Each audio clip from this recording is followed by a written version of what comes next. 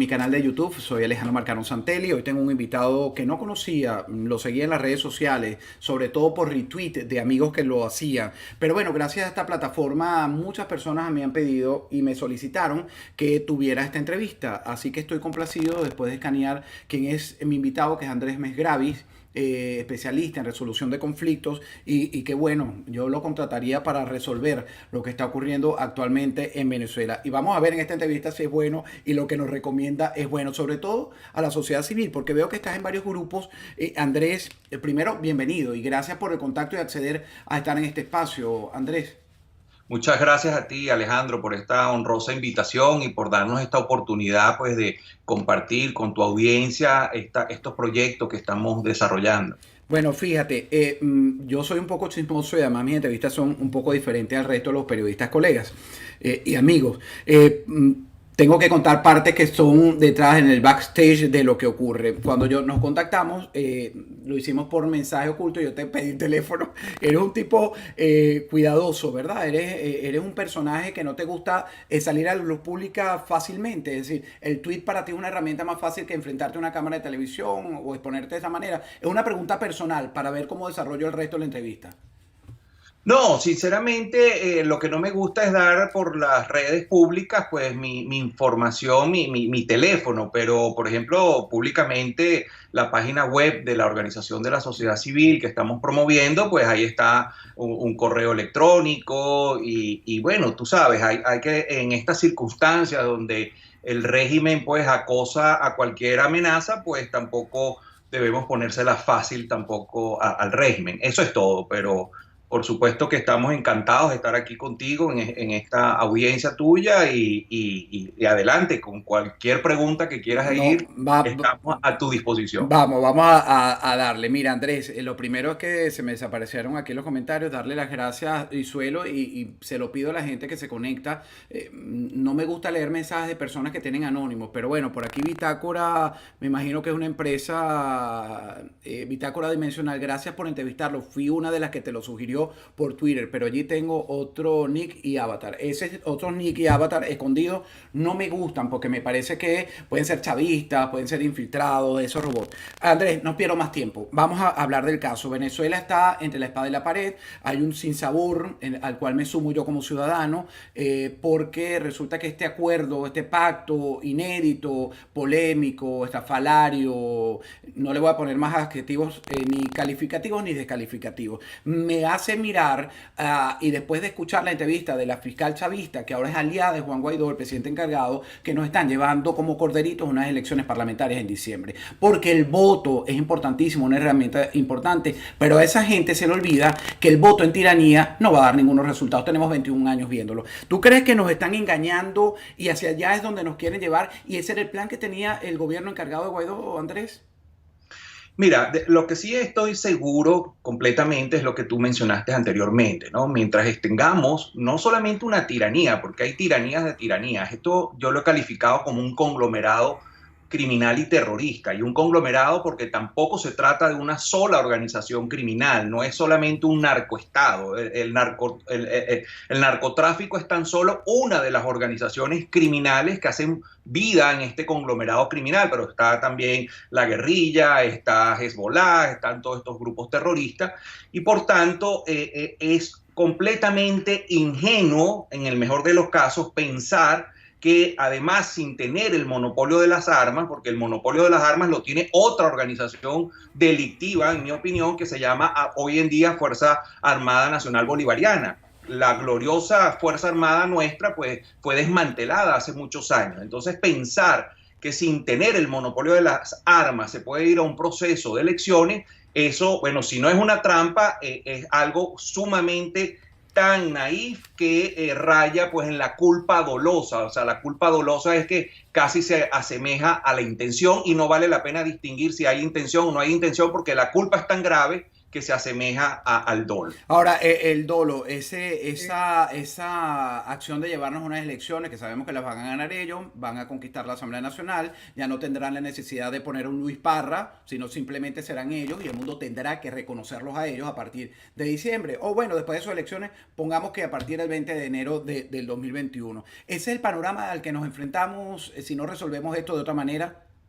Sí, definitivamente yo pienso, Alejandro, que no tenemos una vocería que va de la mano del clamor de la sociedad civil o de la nación venezolana. Entonces, yo de hace tiempo vengo dándole vueltas al cómo se puede organizar la sociedad civil, porque hace tiempo un político de esto mencionaba que, bueno, la sociedad civil con qué se come. Entonces, el gran reto ha sido el cómo, no el qué. Y estamos trabajando pues de hace varios meses en el cómo y pensamos pues que independientemente de las circunstancias que apremian e imponen que nos organicemos como ciudadanos, también no hay que perder de vista que una vez logrado el primer proyecto, que es la libertad a través de la asistencia militar, porque obviamente no tenemos fuerza armada, entonces hay que reconstruir un país que está en ruinas, y para reconstruir un país en ruinas pues es necesario que la sociedad civil también levante su voz y haga sentir pues cuáles son los proyectos que la sociedad civil quiere.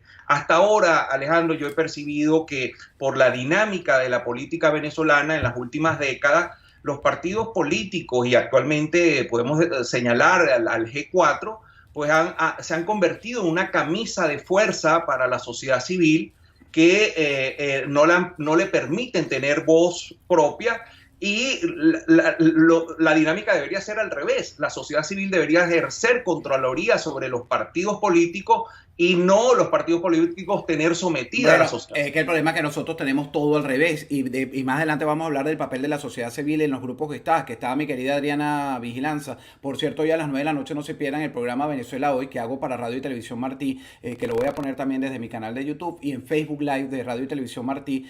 Adriana Vigilanza, Darlis García Pozo y a un activista de derechos humanos cubano, Luis Ferrer. Antes de que se me vaya el comentario, hay mucho. Félix Guedes, es una pregunta que quiero que tú me respondas, Andrés. ¿Qué hace un interino firmando acuerdos con un carajo que tiene orden de captura y que su cabeza tiene precio, en vez de exigir la activación del artículo 187, número 11 y el RP2 para que entre la intervención? ¿Respuesta a eso tienes?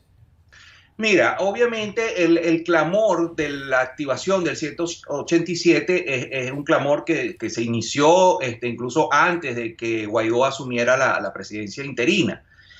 Mucho se ha discutido sobre ello, y el principal argumento que se da en contra es que, bueno, que el hecho de que Venezuela pida asistencia o abra las puertas jurídicamente a la entrada de una misión militar, eso no significa que los otros países lo vayan a hacer. Ahora, obviamente que eso es así, pero si tú no invitas, si tú no pides, pues es muy difícil que un vecino venga a ayudarte. No es lo mismo que tú le digas a tu vecino, mira, aquí te estoy pidiendo que vengas a ayudarme, a que el vecino quiera entrar forzosamente a tu casa supuestamente a tomar una acción para ayudarte a ti. Entonces el 187 evidentemente es un mensaje al mundo de lo que queremos. Y pareciera que el mensaje que se envía es el contrario. Vemos continuamente algunos parlamentarios, hace un mes atrás veíamos a este señor Henry Ramos Aluf diciendo que no se quería más bien una intervención, que se rechaza. Entonces el 187 es el mensaje positivo de que sí la necesitamos, y tenemos más bien voceros diciendo que no.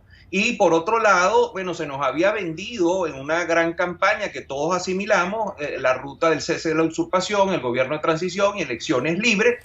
Y ahora pues vemos que no solamente ya hay pactos no solamente hay negociaciones en Barbados y todo esto, sino que ahora ya estamos viendo pactos concretos entre este grupo del G4 pues, y la tiranía o el conglomerado criminal con el que estamos discutiendo.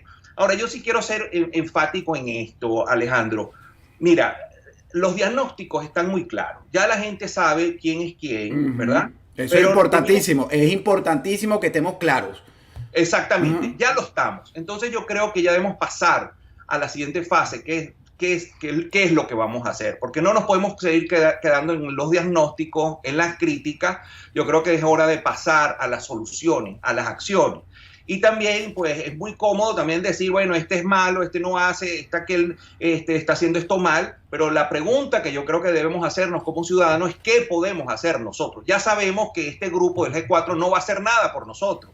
Entonces la pregunta es, ¿qué vamos a hacer nosotros mismos? ¿Y qué vamos a hacer? Porque yo creo que estamos desarticulados, yo creo que no tenemos, me encanta, se lo comentaba Adriana Vigilanza previamente, pero como sociedad, ¿qué podemos hacer si nosotros no tenemos las armas, no tenemos el control, no tenemos acceso a estos partidos políticos, que son los que están mandando y son los que son reconocidos además por la comunidad internacional? Entonces estamos con las dos manos atadas de espalda, Andrés. No, sí podemos hacer mucho, Alejandro, ahí difiero, yo sí creo que podemos hacer mucho porque la organización de la sociedad civil no depende del régimen, no depende del conglomerado criminal, no depende de los partidos políticos, depende de nosotros.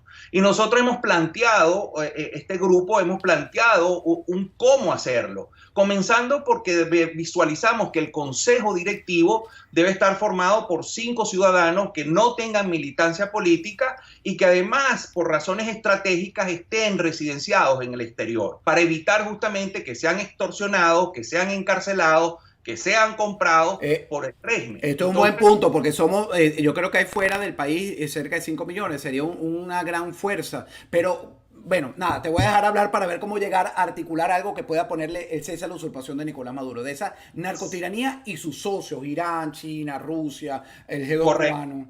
Correcto, porque fíjate, tenemos que tener claro la naturaleza. Para resolver un conflicto, tú tienes que tener clara su naturaleza. Entonces, no es lo mismo una dictadura convencional que un conglomerado criminal y terrorista. Yo he venido sosteniendo desde hace muchos años que contra una dictadura convencional puede, por ejemplo, funcionar la organización de la sociedad civil para una lucha no violenta y derrocar, tumbar los pilares que sostienen a esa dictadura, fundamentalmente logrando que al final la Fuerza Armada se ponga del lado de la nación. Pero eso no va a ocurrir. Eso no va a ocurrir porque ya no tenemos una dictadura convencional. Claro. Tenemos un conglomerado criminal y la Fuerza Armada ya no es la Fuerza Armada, sino es una organización delictiva. Y son casi todos, es la gran mayoría. Yo no pongamos que hay personas dignas porque las hay, pero no son mayoría, es decir, que no contamos con esa fuerza. Exactamente. Armada. Y además hay 2.000 generales que cualquiera de ellos podría asumir el cargo de comando, ¿no? Porque no se trata de que quitas a Padrino López y ya, sino que hay 2.000 generales que cualquiera con la bendición de Cuba pues podría asumir el cargo de esa organización delictiva. Entonces, la vía de la lucha no violenta queda descartada. No tenemos Fuerza Armada, por lo tanto, la conclusión forzosa es necesitamos asistencia militar. Ahora, ¿cómo podemos lograr la asistencia militar si las autoridades que tenemos ahorita, supuestamente reconocidas por más de 50 países y por la comunidad internacional, pues no la promocionan, no la piden porque, bueno, la discusión es si la piden o no la han pedido. Bueno, no la han pedido. No la han pedido. Formalmente, por lo menos formalmente, no la han pedido. Yo no lo he escuchado formalmente. Puede que lo hayan pedido, Estados Unidos haya dicho, pero nosotros, yo no, como ciudadano venezolano, me hubiera gustado, necesitamos ayuda internacional militar, no la han pedido. Ok, seguimos, adelante. Y fíjate, déjame resumir, Andrés. Estamos organizados desde afuera para que no nos persigan. Tenemos identificado el problema. Esto es como una cátedra de resolución de conflictos dada en directo y vivo por mi canal de YouTube. Ok. Y no tenemos la Fuerza Armada Nacional, que sería un factor importante para poder generar un cambio. Entonces, yo sigo con las manos atadas. Claro. Entonces, tenemos el punto que estábamos tocando ahorita, que hay la gran incertidumbre si se ha pedido o no se ha pedido en privado. Vamos a asumir, Alejandro, aunque tú y yo no lo creemos, vamos a asumir la buena fe y vamos a suponer que en privado sí se han hecho algunas gestiones, algunos voceros se han sentado con algunos diplomáticos y han tenido almuerzos y lo han pedido extraoficialmente. Lo que sí es claro es que esas reuniones diplomáticas no han tenido efecto, no han sido exitosas. Entonces, cuando una estrategia no ha sido exitosa, tú debes cambiar de estrategia. Si la estrategia privada no ha dado resultados, tú tienes que cambiar una estrategia pública. Si tú privadamente has pedido la asistencia militar y no te la han dado, claro, pues ahora deberías pasar a una estrategia pública de pedirlo públicamente al mundo, hacer una campaña, como se hacen las campañas, diciéndole al mundo por qué necesitamos una asistencia militar. Porque mientras tanto, si tú le dices al mundo un doble mensaje equivocado diciendo que tenemos una Fuerza Armada, que la mayoría de la Fuerza Armada está con con nosotros, que es cuestión de tiempo que la Fuerza Armada se va a fracturar y se va a poner del lado de nosotros, ¿qué van a hacer los otros países? Los otros países simplemente dicen, bueno, ok, les deseamos mucha suerte, ojalá eso ocurra pronto. Pero y además a eso antes hay que sumarle un factor, antes de que continúes con tu fabuloso análisis, y tomo las palabras de Isa Levinson, espero se pronuncie así. El problema es que mientras los venezolanos sigamos divididos, donde los venezolanos que siguen aceptando y apoyando las barbaridades y burla de la oposición, es complicado poder salir del régimen. A esto le respondo yo también a Isa, que bueno, yo no voy a dejar de decir que Julio Borges no me gusta porque tengo razones, o que hay General Ayub no es la persona adecuada, sino es del G4 y quiere cohabitar. Entonces, si eso es divisionismo, ¿cómo hacemos para pulir esas diferencias para seguir con este proyecto de resolver el problema y conflicto de Venezuela? Sí, mira, es muy buena esa pregunta, Alejandro, porque yo sí creo que puede haber un punto de convergencia. Cuando tú te dejas de enfocar en las diferencias, ¿ok? En si este es honesto o no es honesto, y te enfocas en lo que realmente nosotros podemos hacer, partiendo de la base que tenemos un objetivo común, y el objetivo común es, estamos de acuerdo en que necesitamos asistencia militar internacional. Entonces, si la respuesta es sí, bueno, vamos a unirnos tras ese objetivo. Claro. Cuando se trata de coordinar, a articular a la sociedad civil, no estamos partiendo de una base de que todos tenemos que tener un mismo pensamiento político o debe haber un solo pensamiento. La sociedad civil, por definición, es heterogénea. Hay diversas personas, diversos pensamientos, pero si el objetivo común trazado es compartido por todos, entonces todos podemos trabajar en ese sentido. Deberíamos simplemente pasar la página de las diferencias, si este señor es honesto o es corrupto o está con este, y enfocarnos en lo que nosotros podemos hacer. ¿Y qué es lo que nosotros podemos hacer? Qué bonito suena, pero yo con esos señores no creo que dejaría de verle. No, esos señores simplemente no van a participar, o sea, los que no están a favor de esto no van a participar. Claro, lo que te estoy diciendo es, tú seguramente, Alejandro, has tenido, porque yo también los he tenido, un familiar que sea, vamos a decir, Guaidó lover, ¿ok? Sí. Entonces, tú a ese familiar, hoy en día... Nos gritamos de vez en cuando y no nos gritamos, sino mi suegro a veces o mi suegro pretenden darle la oportunidad y válida, porque es la opción que teníamos, pero entonces a veces tengo mis diferencias crispantes con él, pero es que, y le explico todo esto, y bueno, ¿qué hago con ellos? Explícame. Con ellos, fíjate, eso es una buena pregunta, porque fíjate, la idea es, si sigues discutiendo si este señor es corrupto o no, o está trabajando para el régimen, no va a seguir la misma dinámica, no vas a llegar a ningún acuerdo con él. Pero si tu suegro, o no sé a quién me mencionaste. A mi suegra. Él está de acuerdo con que se requiere asistencia militar, entonces ahí sí se puede trabajar tanto el Guaidó lover como el que no piensa, el que odia a Guaidó, el que piensa y está convencido. Ojo, yo no lo odio, ojo, para nada. No, estoy hablando en general. Lo pasaré esa lista si realmente me llevan a elecciones y me doy cuenta que todo lo que se apostó era para llevarnos a unas elecciones para que el régimen perdurara por 60 años o más, como lo ha hecho el Castrino. Y por supuesto, y habrá gente que a medida que avancen las cosas se va a ir decepcionando más, porque yo estoy convencido de que sí nos quieren llevar a una elección. Y estoy convencido de que se quiere cohabitar con el régimen. Pero hay otros, como tu suegro o cualquier otra persona, que piensan de buena fe que eso no es así, que están jugando a una estrategia perfecta con Estados Unidos, con el señor Trump, y entonces tienen la buena fe. La cuestión, Alejandro, es trabajar en el objetivo común, que tú y tus suegros puedan sentarse y decir, bueno, vamos a remar en esta dirección, que es pedir la asistencia militar. Entonces, ¿cómo podemos pedir la asistencia militar? Bueno, primero tenemos que tener una vocería reconocida por la propia sociedad civil, porque ¿cuál es el gran reto y la gran dificultad de esto, Alejandro? Que los líderes que tenemos hasta ahorita, hasta este momento que estamos hablando, no han tomado conciencia que no se trata de que sus liderazgos sean puestos a prueba o que ellos digan, mira, yo no necesito medirme porque ya a mí me reconoce un gran grupo de venezolanos como un líder. Pero si no nos damos cuenta que una cosa es el liderazgo autodesignado y otra cosa es el liderazgo donde la sociedad civil puede participar en ese sondeo y decir, queremos que este equipo de trabajo nos represente, entonces ahí hay un primer paso que hay que superar. Porque lo que se trata de esto a la final, Alejandro, es, por ejemplo, que este movimiento sea respaldado no solamente en las redes, sino en el mundo real por acciones concretas. Entonces te pongo simplemente un ejemplo. No es lo mismo que se diga vamos a la Casa Blanca a pedir, a manifestar pidiendo asistencia militar y vayan 3 gatos, a que vayan 20.000 personas.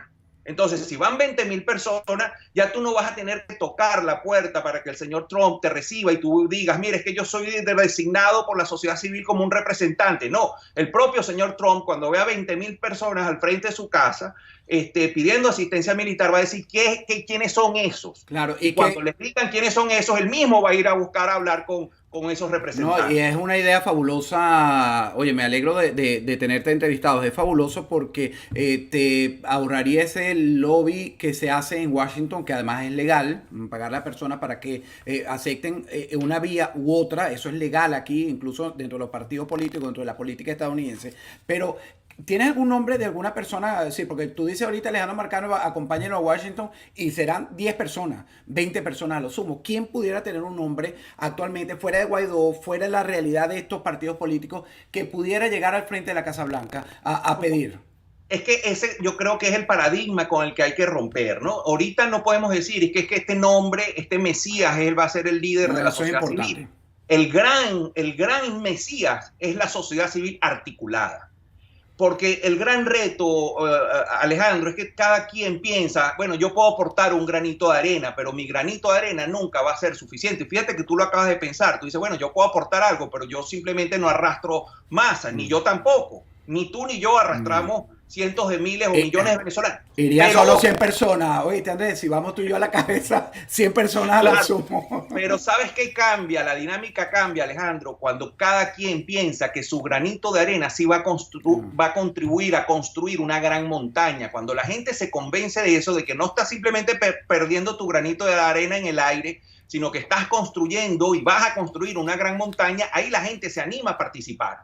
Entonces, cuando se le manda el mensaje a la sociedad civil, nos estamos articulando y tú, sociedad civil, eres el protagonista. Tú vas a escoger a tu verdadero equipo de trabajo, a tus líderes. No es que Alejandro te lo va a imponer, ni Andrés Megravi te lo va a imponer. Yo he dicho muchas veces que yo no estoy ni siquiera aspirando a formar parte de ese consejo directivo, pero cuando la sociedad civil percibe ese mensaje de articulación, de tener una vocería, de que esa vocería no es que se van a convertir en los 5 superhéroes, sino que van a articular a la sociedad civil, tanto en Venezuela como en la diáspora, para que ellos sean realmente los protagonistas, entonces la dinámica cambia completamente.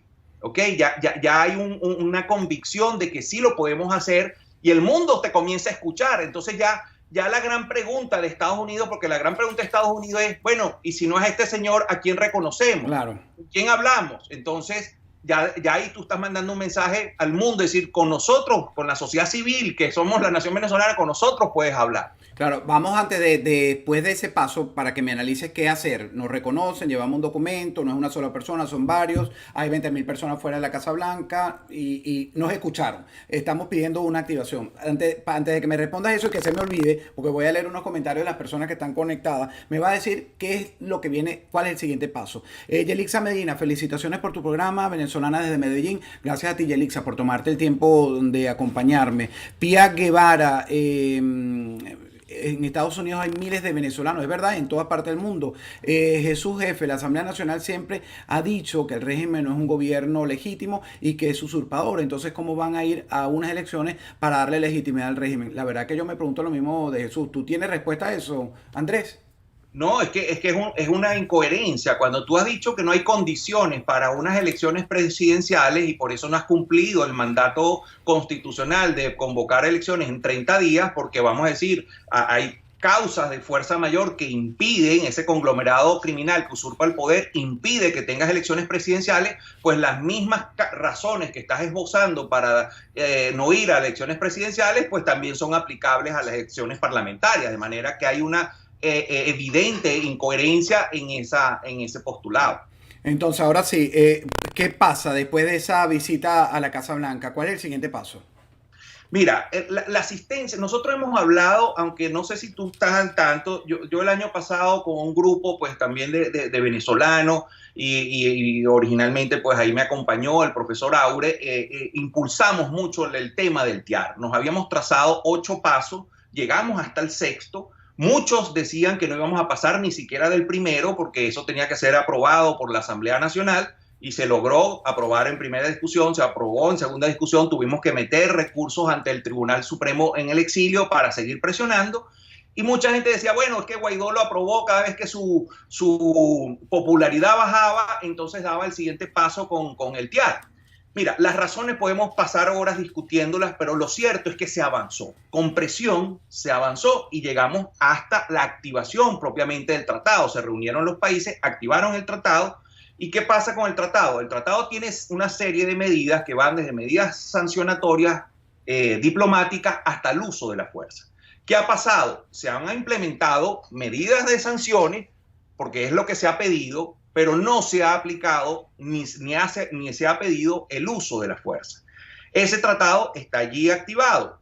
Mucha gente dirá, bueno, pero es que los países de Latinoamérica no quieren aprobar el uso de la fuerza. Bueno, eso es un tema, por supuesto. Hay países que públicamente han dicho que no están de acuerdo con una solución de fuerza. Bueno, habrá que ver más a fondo sus argumentos. Y que son muchos, no son poquitos. Pero hay que ver, Alejandro, la corrupción llega no solamente en Venezuela, la corrupción traspasa las fronteras y estamos hablando de la organización conglomerado criminal más poderoso del planeta. Entonces, habrá que retratar ante la historia cuáles son esos presidentes que están asumiendo una posición cómplice a favor de conglomerados criminales. Entonces, por eso nosotros siempre hemos insistido que se debe pedir formalmente esa asistencia militar y ver esa fotografía, qué pasa allí, cuáles son los países que están en contra, cuáles son los países que están a favor, qué pasaría después. Si tú ves que los únicos países que están a favor son, vamos a decir, Brasil, Colombia y Estados Unidos, bueno, muy bien, el siguiente paso es celebrar un tratado bilateral o multilateral de cooperación militar. Entonces, en una negociación, Alejandro, un principio básico es satisfacer los intereses de tu contraparte, ¿ok? Donald Trump ha dicho muy claramente cuáles son esos intereses. Uno, no quieren seguir siendo los policías del mundo que pagan la cuenta y después nadie les agradece. Entonces, y otro es que, bueno, obviamente tiene sus aspiraciones para ser reelecto en noviembre.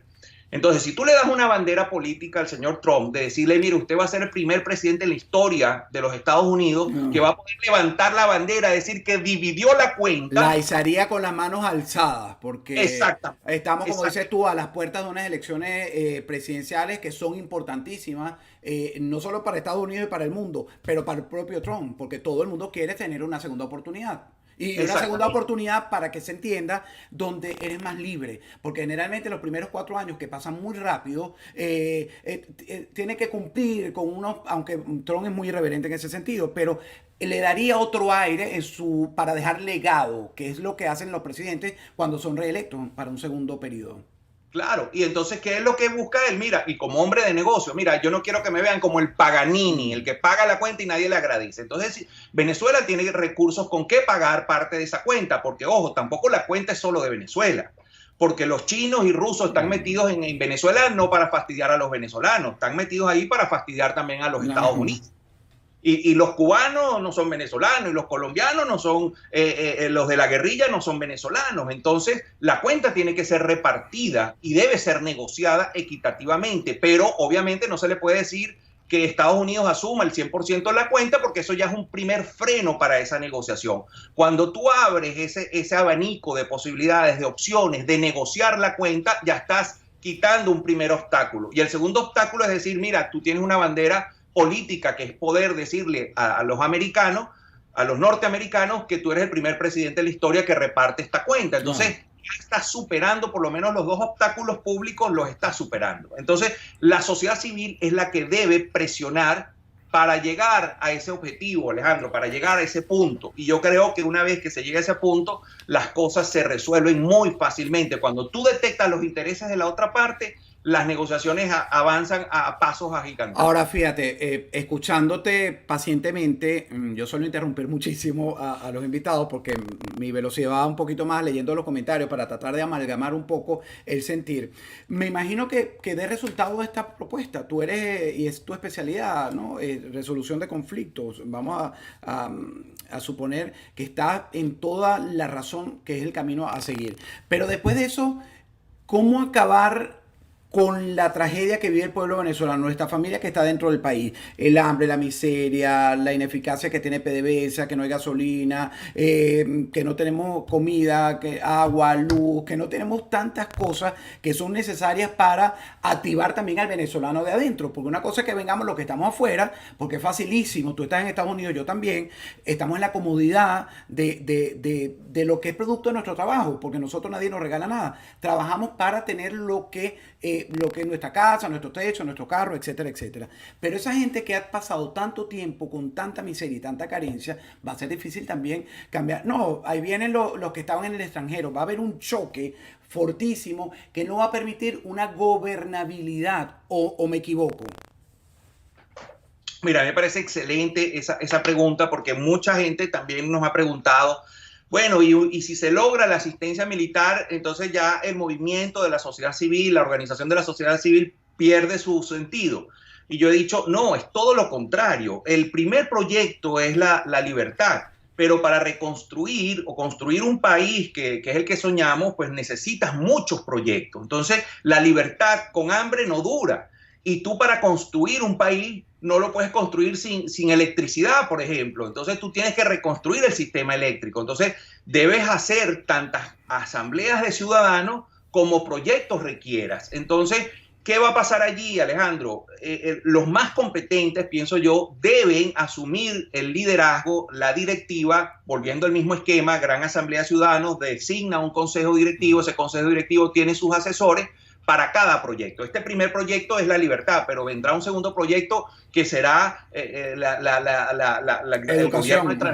gobierno de transición, por ejemplo, porque no es lo mismo, o sea, y esto es importante que la audiencia lo tenga claro. Estados Unidos lo primero que quiere neutralizar es su tema de seguridad nacional. ¿Ok? A ellos les importa mucho el tema del terrorismo, les importa mucho el tema del narcotráfico, les importa mucho el tema de China metido allí, Rusia metido ahí. Pero vamos a estar claros, a Donald Trump ni al país entero de Estados Unidos le importa tres pepinos si Venezuela sigue siendo una banana república o está gobernada por corruptos o no está gobernada por corruptos. Los venezolanos somos los que tenemos que construir a Venezuela y volverla o convertirla en una potencia mundial. Eso depende de nosotros, no depende de Donald Trump. Entonces, mientras no nos organicemos y dividamos por proyectos, por especialidades, no vamos a avanzar. ¿Por qué digo yo dividir por proyectos, Alejandro? Porque los que saben, vamos a decir, de asistencia militar no son los mismos que saben de reconstruir el sistema eléctrico, y los que saben de reconstruir el sistema eléctrico no son los mismos que saben de petróleo, porque habrá que discutir si vas a ir a una apertura petrolera, si vas a privatizar, si vas a rescatar a PDVSA o si la vas a tirar a la papelera porque ya no sirve. Entonces todos esos temas tienen que ser discutidos por la asamblea, la Gran Asamblea de Ciudadanos, convocando pues a los más idóneos para que cada quien agarre las riendas y presente un proyecto. Yo estoy convencido que la diáspora, primero, este es un proyecto, una de las cosas más bonitas que me gusta de este proyecto es que converge tanto la gente que está en Venezuela con la diáspora, porque se estaba generando mucho esa idea de que, bueno, los que estamos aquí en Venezuela, tú estás afuera, tú no tienes derecho a opinar. No, en este proyecto convergen tanto los de adentro como los de afuera, unidos por un mismo objetivo. Y lo mismo va a ocurrir con los siguientes proyectos, porque necesitamos construir a un nuevo país. Y eso solamente lo podemos hacer con la diáspora y con los venezolanos que están adentro. Así es, fíjate, trabajaría, y a mí me ha alegrado muchísimo ver tanto movimiento ciudadano. Uno a veces se pierde en el mundo periodístico entre cumplir con los cánones de los canales tradicionales donde uno trabaja, en cumplir con lo que se está haciendo a nivel noticioso. Es decir, me explico. Yo en Radio y TV Martí, en Mega TV donde trabajo en las tardes, tengo que hacer un segmento. Entonces para mí es revisar las noticias que están en el tapete en el día, pero las que fueron de hace una semana no me sirven si no me ayudan a convalidar lo que está ocurriendo el día de hoy. Entraron los 5 buques iraníes. Y en ese transitar el régimen ha sido habilidoso en ponernos la agenda. Ahora, Pero en ese también trabajo, tú vas perdiendo perspectiva lo que va al lado. Cosas que están haciendo como ustedes, que me encanta muchísimo ver cómo organizan a la sociedad. Yo pensé que estábamos muy disgregados, que estamos muy separados, pero también estaba viendo Vanguardia Ciudadana, que hay un grupo también interesante de gente con una pasión por Venezuela que me he puesto a leer, que me da como ánimos. ¿Eso ha surgido o ha resurgido después de este fallido intento de gobierno encargado, que otra vez estamos como tomando la rienda porque nos hemos equivocado en muchos caminos y este es el verdadero? Mira, yo creo que la idea de organizar a la sociedad civil siempre ha estado latente, ¿no? Sí, Como te pero dije, suena aburrido, Andrés. No vamos a caer mentira, la sí, sociedad suena aburridísimo. pero es que fíjate que el tema es que cuando se hablaba de organización de la sociedad civil se pensaba en ONG, en Ujú. asambleas de ciudadanos por cada pueblito, y cuando salimos nosotros con este proyecto, lo primero que hicimos es aclarar que esto no se trata de formar una ONG o una organización. Nosotros no queremos formar ninguna organización, mucho menos un partido político. Lo que nosotros queremos es articular a todos los ciudadanos que tengan un mismo objetivo, con una visión y una misión muy específica, no que cualquier cosa, sino el primer proyecto es asistencia militar. Entonces, algo muy pragmático para no dispersarnos, pues tú sabes, los venezolanos nos Mm. encanta dispersarnos, y entonces esto es un objetivo muy, muy concreto. Entonces, yo sí pienso que el cómo es lo que se está dando ahorita como discusión, porque antes era, sí, es necesario la organización de la sociedad civil, pero aburría porque no había el Ujú. cómo, ¿ok? Y era algo como heterogéneo allí, que nadie entendía, bueno, ¿cómo se come eso? Decía Miquelena, en tono burlón. Bueno, ya estamos diciendo cómo se come.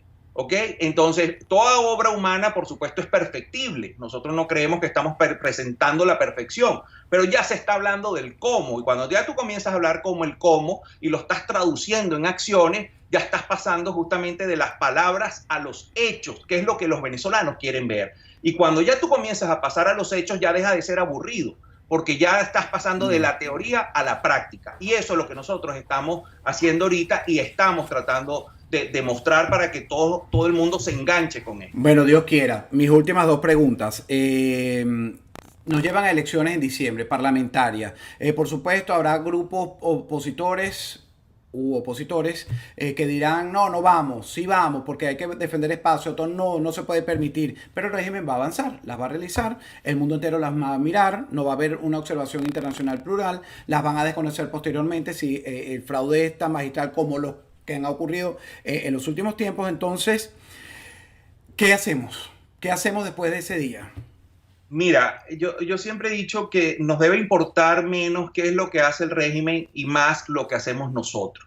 Yo creo que el acento debemos ponerlo en qué es lo que vamos a hacer nosotros y para esa fecha nosotros vamos a haber logrado organizar a la sociedad civil, porque si logramos organizar a la sociedad civil, pues nuestra voz amplificada será mucho más fuerte que esa fraudulenta proceso electoral. Y creo que la legitimación se gana con eso, con acciones de masa, con la verdad por delante. Y es muy fácil cuando tienes la verdad de tu lado, Alejandro. Cuando tú tienes la verdad de tu lado es mucho más fácil convencer que el que tiene que mentir, el que tiene que inventar. Y el que tiene que Entonces, tapar, además. y el que tiene que además que tapar. Uh Entonces, -huh. si nosotros logramos articular a 5 millones de venezolanos y la verdad está de nuestro lado, pues será mucho más fácil convencer al mundo de nuestra legitimación que los que pretenden seguir con la farsa y con el engaño y con la cohabitación con criminales y terroristas. ¿A qué personajes, y con esto despido, a qué personajes crees tú que habría que sacar, ya no hablando de la sociedad civil,